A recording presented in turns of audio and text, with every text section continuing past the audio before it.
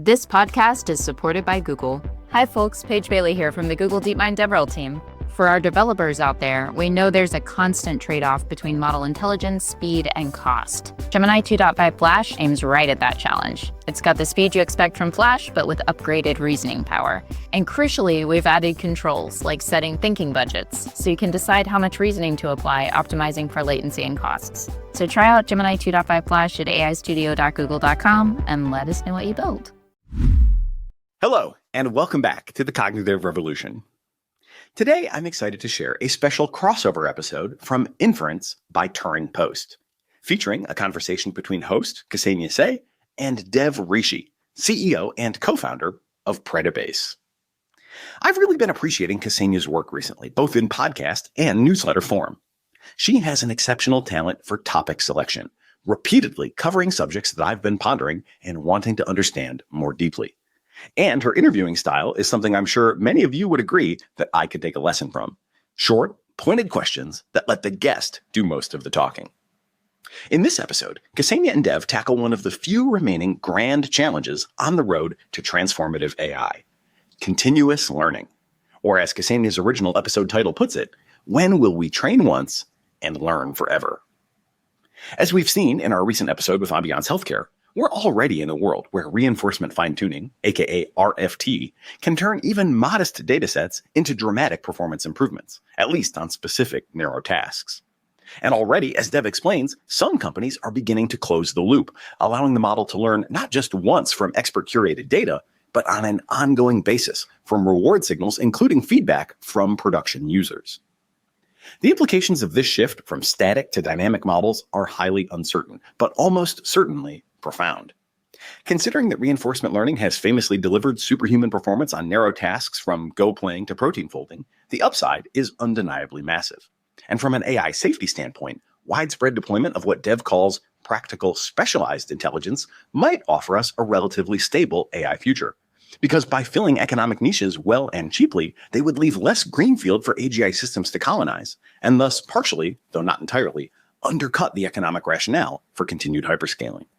For more on that line of thinking, I recommend Eric Drexler's Reframing Superintelligence. On the other hand, reinforcement learning remains unwieldy, issues of reward hacking loom large, and as we've seen from recent research like the Emergent Misalignment Project, to which I was privileged to make a very minor contribution, out-of-domain behavior can be shockingly problematic.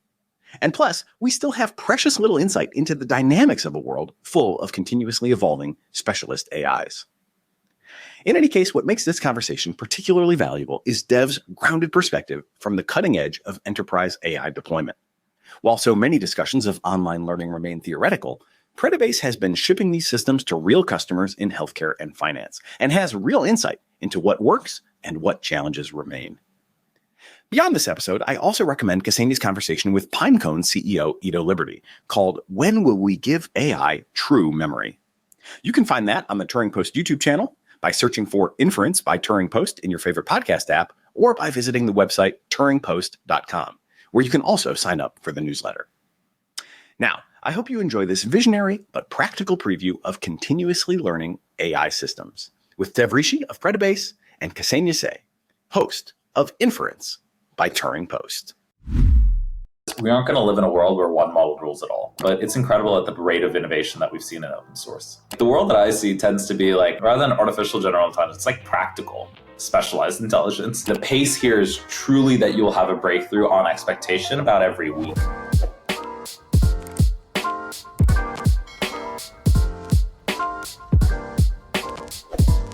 Hello, Devret. Thank you so much for joining me today. Of course, happy to be here, and thanks for having me. Well, let's start with a big picture. If you can draw me a big picture, when will we train once and learn forever?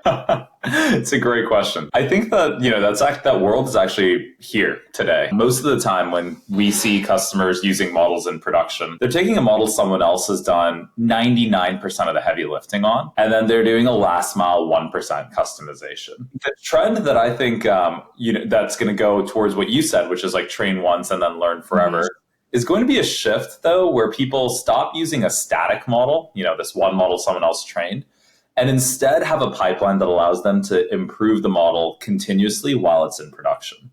So we've started to see some of our early customers already put these types of pipelines in practice. And that's what, I'm most excited towards being able to build towards as well. Oh, that's super cool. One of the things that I don't know if you initiated it in Predibase, was post-training technique RFT.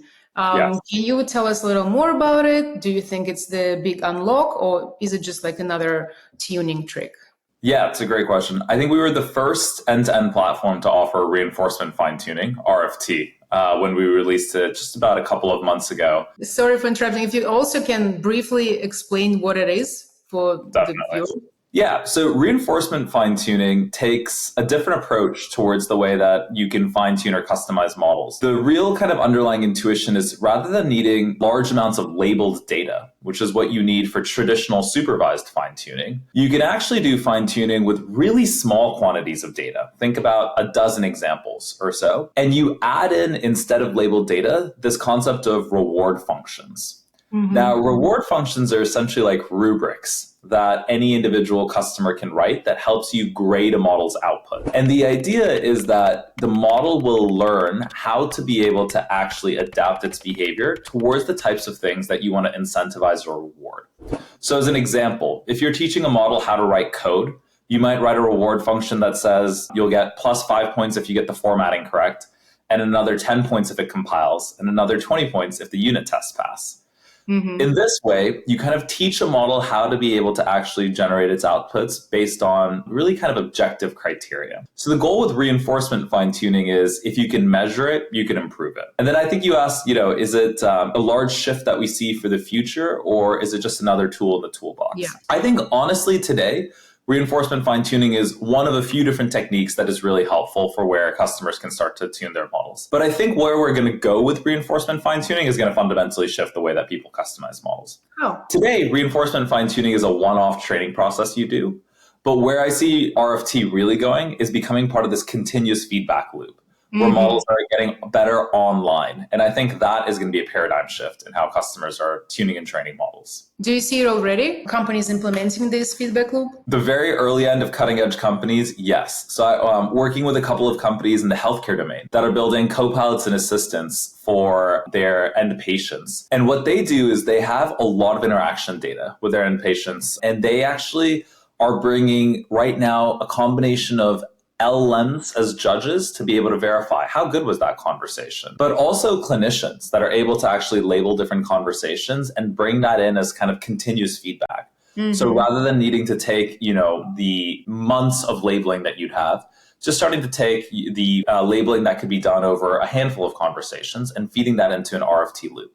Today, it's very early, and I only see the most cutting edge companies really doing it. But this is the type of pipeline that I think more and more companies are going to do as we get into more continuously improving models. What's on the way for them to start doing it? Yeah, it's a good question. I think the biggest thing is a feature that we're working on. Yeah, there's actually two things, I think. One of them is a feature that we just launched in Predibase, which is a very simple thing that allows you to be able to collect prompts and responses from any of your production deployments automatically. One of the key things with tuning and training models always tends to be data. So the very first feature that we have is one that makes it easier to construct these data sets using live production traffic. The second thing is making it easier to be able to learn from feedback. So rather than needing large amounts of labeled data, how do you directionally nudge a model with small amounts of feedback? Now, there's lots of techniques here in the platform, like DPO, direct preference optimization, and others that help you learn from feedback.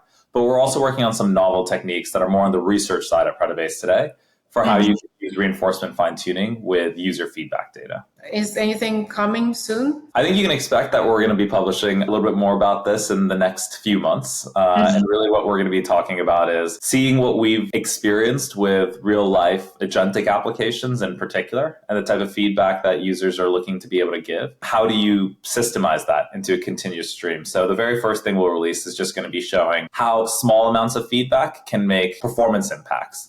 And then you can scale out those performance impacts with the more and more feedback you get. What's your perspective on agentic workflows and agents in general? My perspective on agent workflows is that they're in the very early innings. And so a lot of things that people are building are a little bit brittle today. The very first thing we need to do when we talk about agentic workflows is really define what an agent or agentic workflow is. I think about an agentic workflow as having two key components. The first is having a chain of multiple LLM calls. If you think about a single, let's imagine you're doing document classification. We don't think about that as an agentic workflow because it's a one-shot like process. Whereas if you're having a conversation with a bot, for example, to understand your medical diagnosis a little bit better and schedule a follow-up, that involves multiple turns. So the first piece is I think it's multiple turn, multi-call. And then the second piece of an agentic workflow is that it will likely have the agent be able to do tool calling, make calls towards other functions that it can actually use to fulfill a request on behalf of the user. My view is that right now, the way that these agents get built are quite brittle.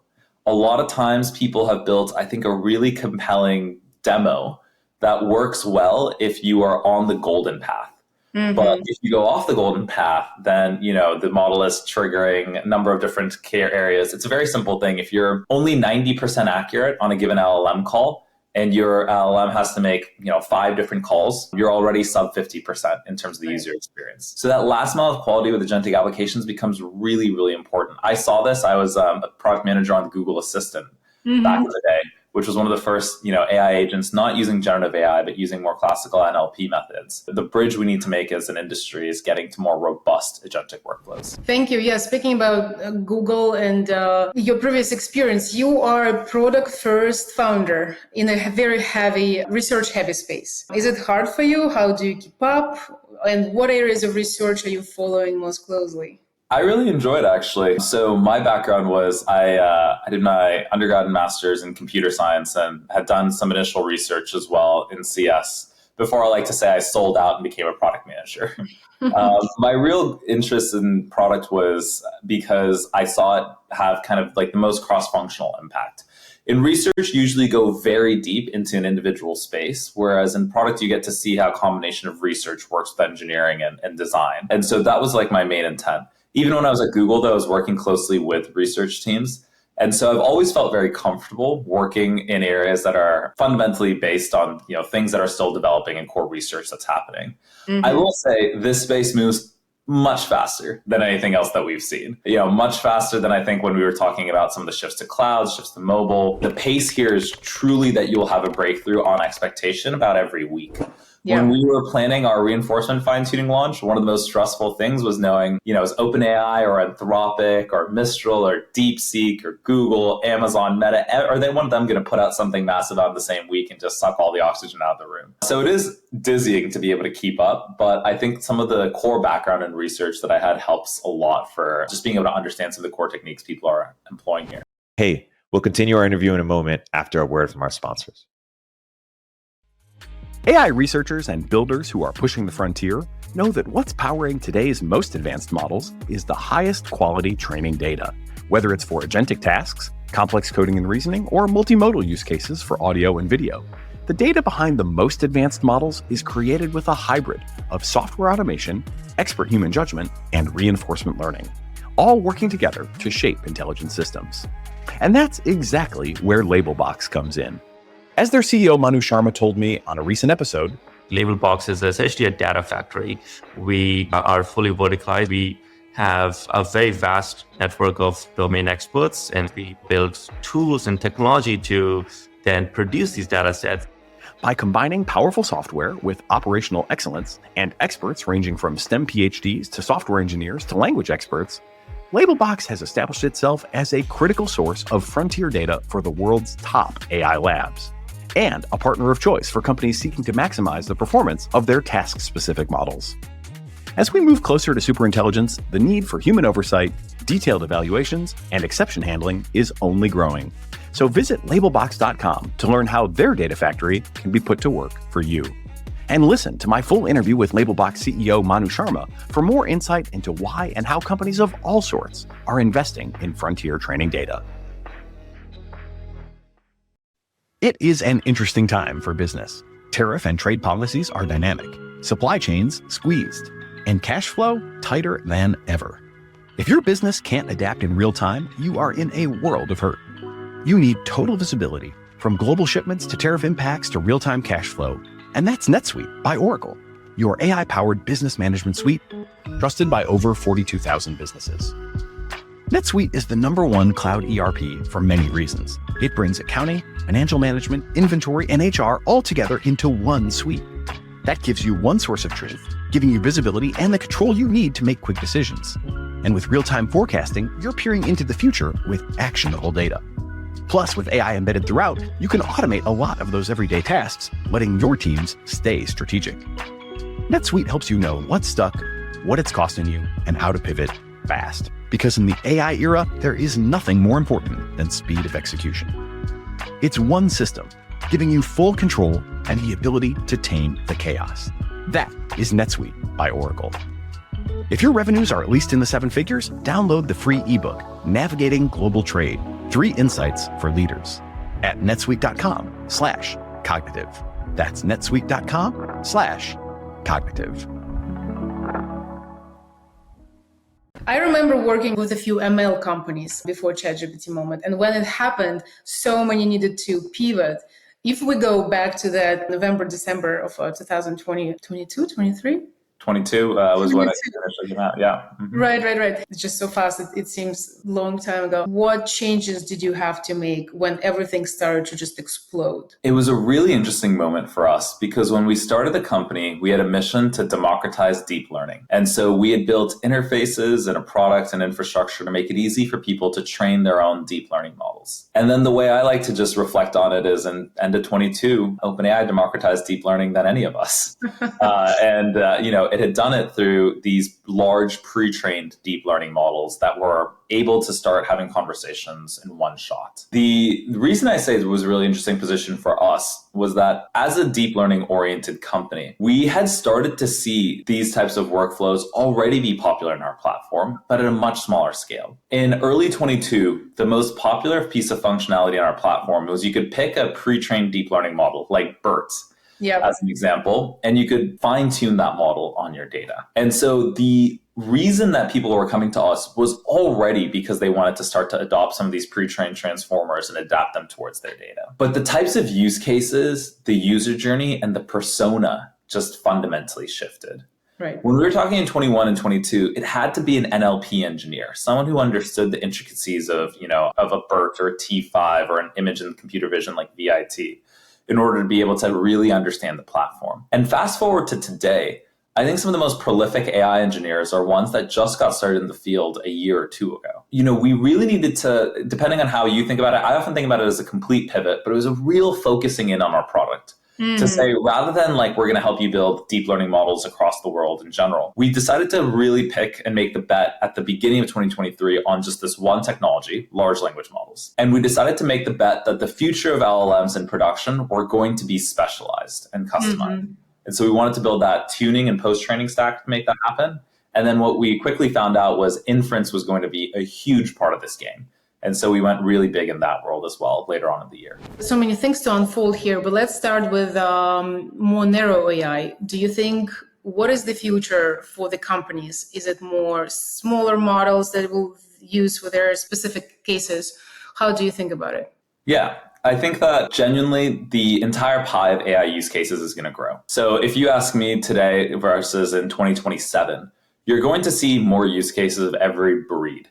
The difference that I think you're going to see is that, my favorite customer quote is generalized intelligence is great, but I don't need my point of sale system to recite French poetry.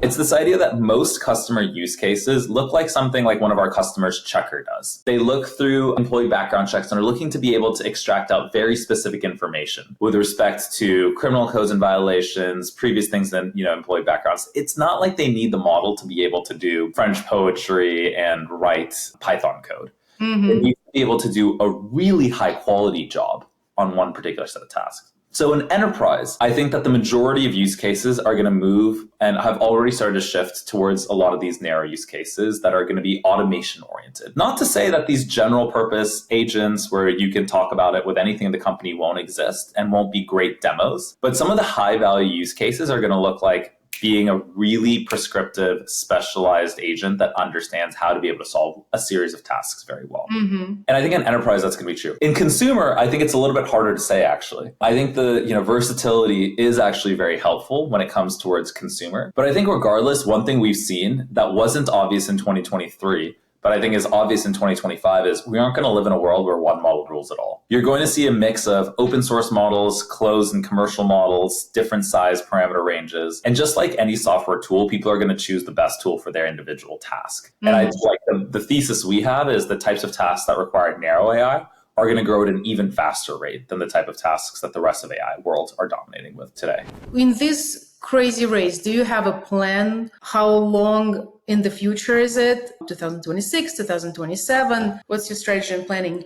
Yeah, it's a good question. I think there's the famous quote from the boxer Mike Tyson. I think everyone has a plan until they get punched in the face. And that's probably true in like AI as well. We absolutely have a plan that we think about extending through the end of this year and through 2026. But the truth is AI changes on a weekly basis. And so you need to be able to have a framework that allows you to make decisions as things come in more quickly. It's all guided by like, I would say our North Star vision, which is like our vision is to help customers develop specialized AI.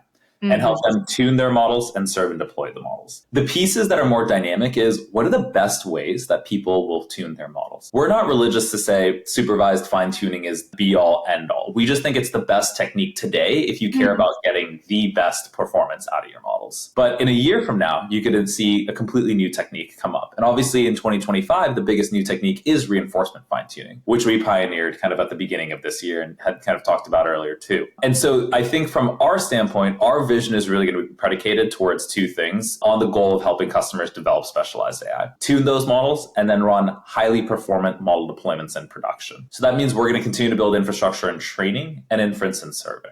And we know the things that are going to come out through the rest of this year, advanced techniques in how we specialize models and customize them, advanced techniques in how we run inference better, and then expansion to modalities. We're seeing more customers ask us about things like multimodal and vision or voice today. And so we're going to want to continue to expand that. You know, within this broader framework of tuning and serving, we'll see where the research really leads and be able to adapt that back into the platform. Let's go to inference. Why is it so hard for the enterprises? And what could make it easier?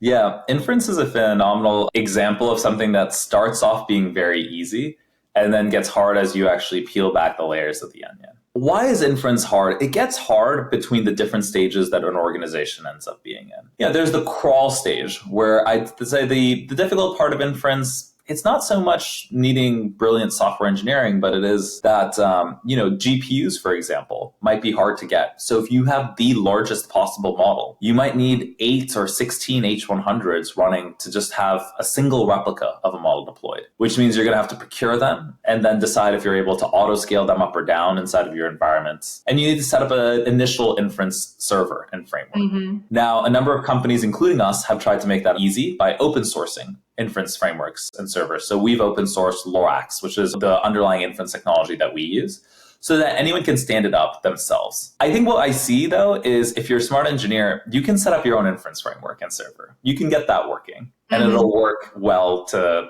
start to feed your initial prototype and application. What's really hard, though, and what I think a lot of customers don't want to do is maintain production inference. And production inference is another ballgame. That doesn't mean that the model works and is up 95% of the time or even 99% of the time. It means it's backed by like 99.9 or 99.999% SLAs. That means you need to have resilient fault tolerance, be able to do blue-green deployment updates. That means you need to be able to do multi-region replication in case you have these like model deployment set up. And then most critically, GPUs are expensive, which means you need to be able to optimize the models such that you're actually getting the most for every individual token that comes out.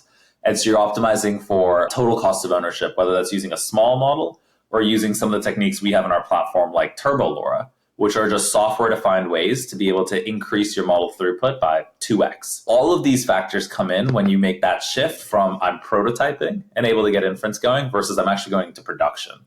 I need monitoring SLAs, high performance throughput, all the other functions that will go with the fact that this is feeding a business critical application. The last thing I'll just briefly say with inference is I think that while all those are challenges, there's a view that inference is going to get increasingly commoditized as a market. And I don't disagree with this on base model inference in particular. Like there's no reason that, so-and-so's DeepSeek endpoint is way better than another company's DeepSeek endpoint. What I think is going to be really interesting is the trend towards what we kind of call internally intelligent inference. And intelligent inference, in my view, is back to that initial conversation we were having about, do you have an inference pipeline that hooks into a post-training stack that lets your models get better over time. That's really the future of where we see inference going. That's super interesting. Intelligent inference. We'll work on the branding and marketing for that one, but it's definitely the biggest trend that we see get unlocked by having a single place you can do post-training and inference. If we speak about open source, and you are such a proponent of open source AI models, what is missing in the open source AI stack?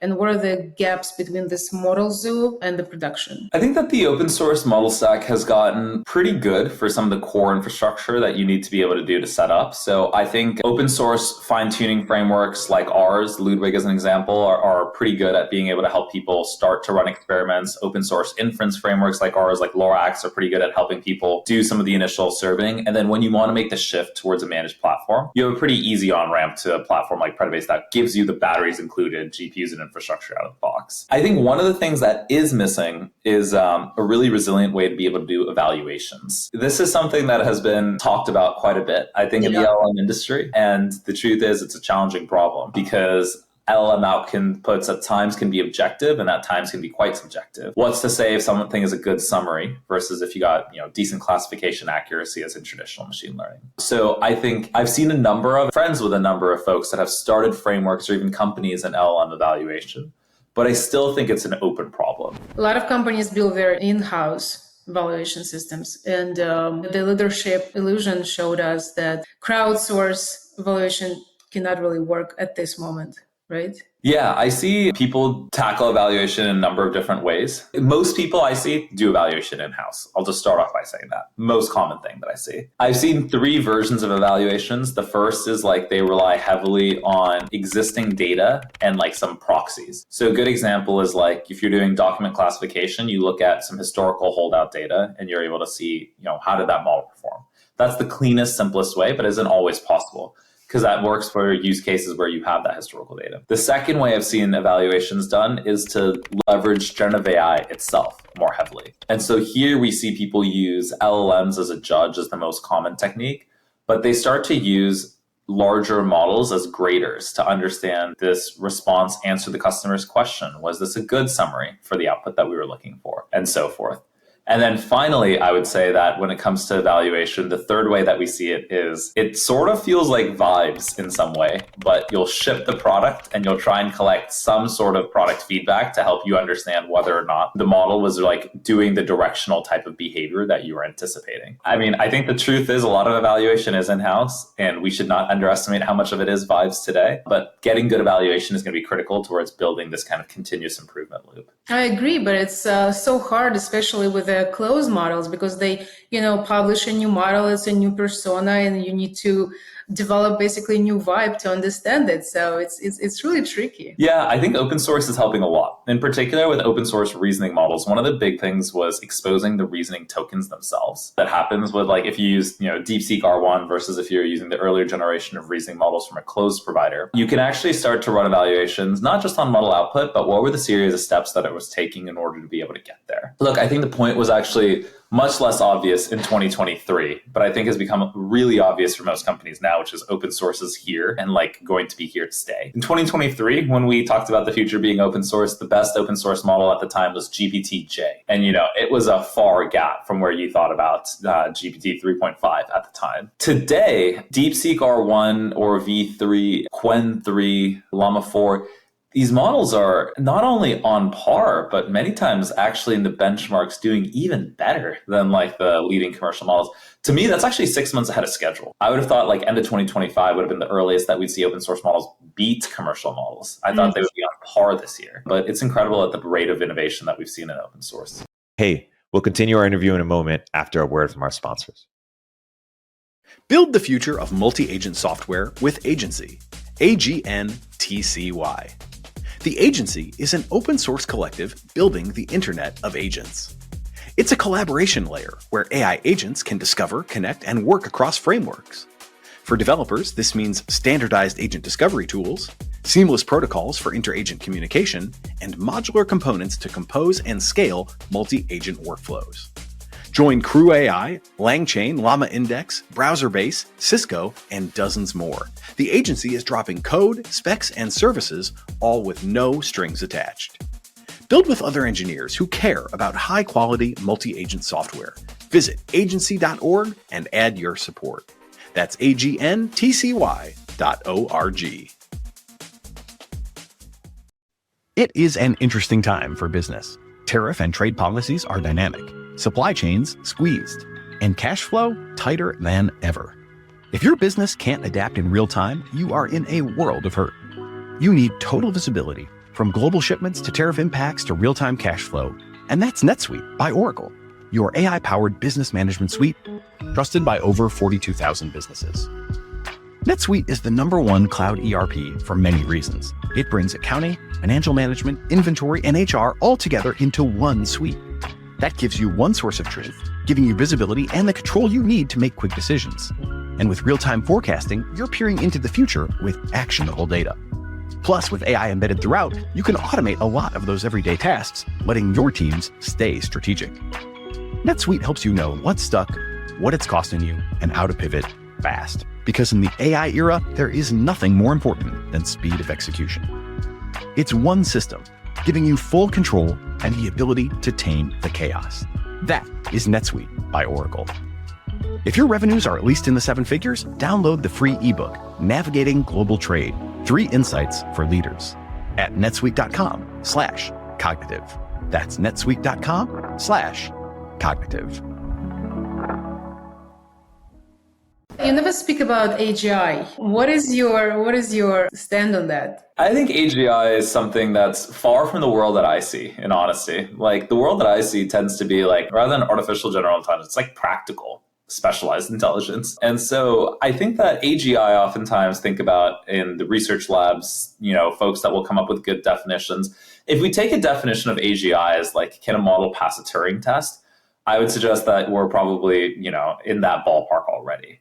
What's the practical implication of that? I don't spend too much of my time thinking about the Terminator style scenarios, but I do spend a lot of my time thinking about what does having this generalized intelligence look like when you actually have businesses processes like a company, Fortune 200, like Marsh & McLennan, or, another organization like that I mentioned earlier, like Checker, or any of these other companies that have a lot of productivity that they've unlocked via business practices over the past previous decades. And that productivity is about to take a step function change and increase. To me, that's really kind of like the interesting area for where this is going to go. I think there's probably some deeper philosophical questions about what will happen like over, 5, 10, 20-year period. We found it pretty hard to even predict what's going to happen 18 months from now in AI. And so I think that's really where a lot of my focus has been, is what's going to be the practical implication on both enterprise and consumer. That's very nice perspective. What does concern you and excites you the most about the future that you build with Predibase?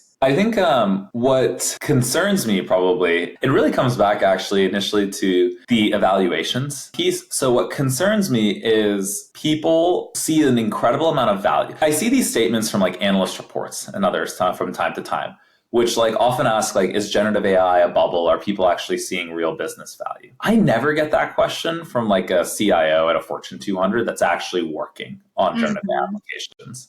Like, I think when you're on the ground and you actually see what these models can do, I think that, the question of like, is there going to be an ROI there versus the 50 cents or $1 that the million tokens are going to cost to process? It's not even a question in the vast majority of situations. And if it is, it's really just like a question of selecting the right use case. But what does concern me is we might go through a little bit of a hype bubble where people are really excited about these far-fetched, French poetry style use cases where the model is doing these amazing like multi-agent step demos. And then you enter into like a little bit of a crash of disillusionment where people have gravitated and attached towards use cases that were probably not the high value business impact use cases that the models can do today. The high level thing of like what concerns me is if people end up like essentially going and shooting too far ahead and not realizing the business impact that they can have with LLM use cases today, and then they enter a little bit of disillusionment out of that.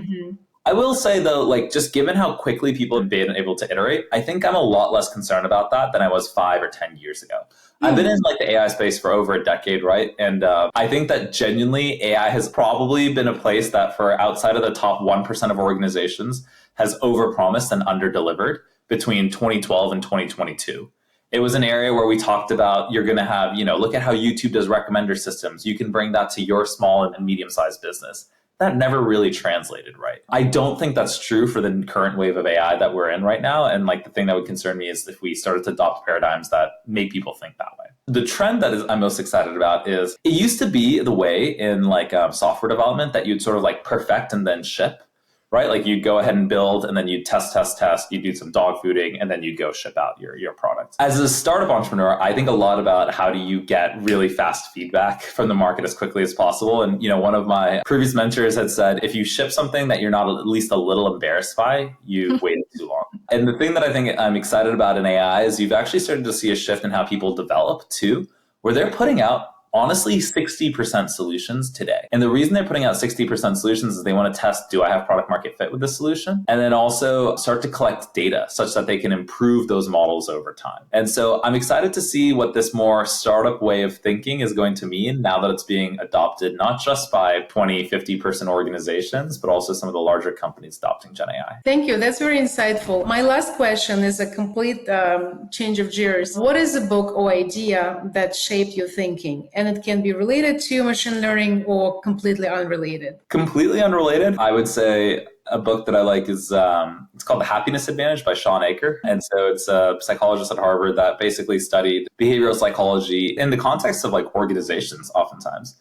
But what he found was it wasn't necessarily that success brought happiness in all cases. It was that happiness actually made you much more likely to be successful. The book really covered two key things. The first was how just having more positive and happy outlook allows you to be able to do better in terms of the different tasks that you're trying to do, whether it's work or personal. And the second is like ways that you can sort of, I don't want to say hack happiness. That sounds very San Francisco biohacking. But the ways that you can essentially put yourself in a position to be a lot happier without having to be reliant on these external factors. I think the Happiness Advantage is definitely one that I think I really enjoyed kind of as an overall read and kind of an idea that also extends towards both personal and professional work. So you think Predibase is a happy organization?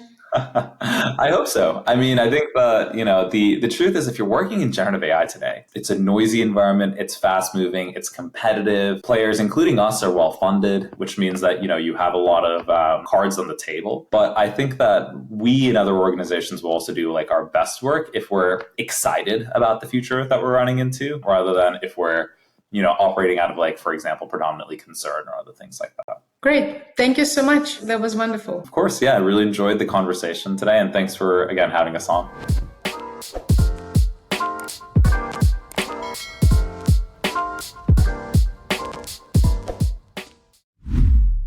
If you're finding value in the show, we'd appreciate it if you'd take a moment to share it with friends, post online, write a review on Apple Podcasts or Spotify, or just leave us a comment on YouTube. Of course, we always welcome your feedback, guest and topic suggestions, and sponsorship inquiries, either via our website, cognitiverevolution.ai, or by DMing me on your favorite social network. The Cognitive Revolution is part of the Turpentine Network, a network of podcasts which is now part of A16Z, where experts talk technology, business, economics, geopolitics, culture, and more. We're produced by AI Podcasting. If you're looking for podcast production help for everything from the moment you stop recording to the moment your audience starts listening, check them out and see my endorsement at aipodcast.ing. And thank you to everyone who listens for being part of the Cognitive Revolution.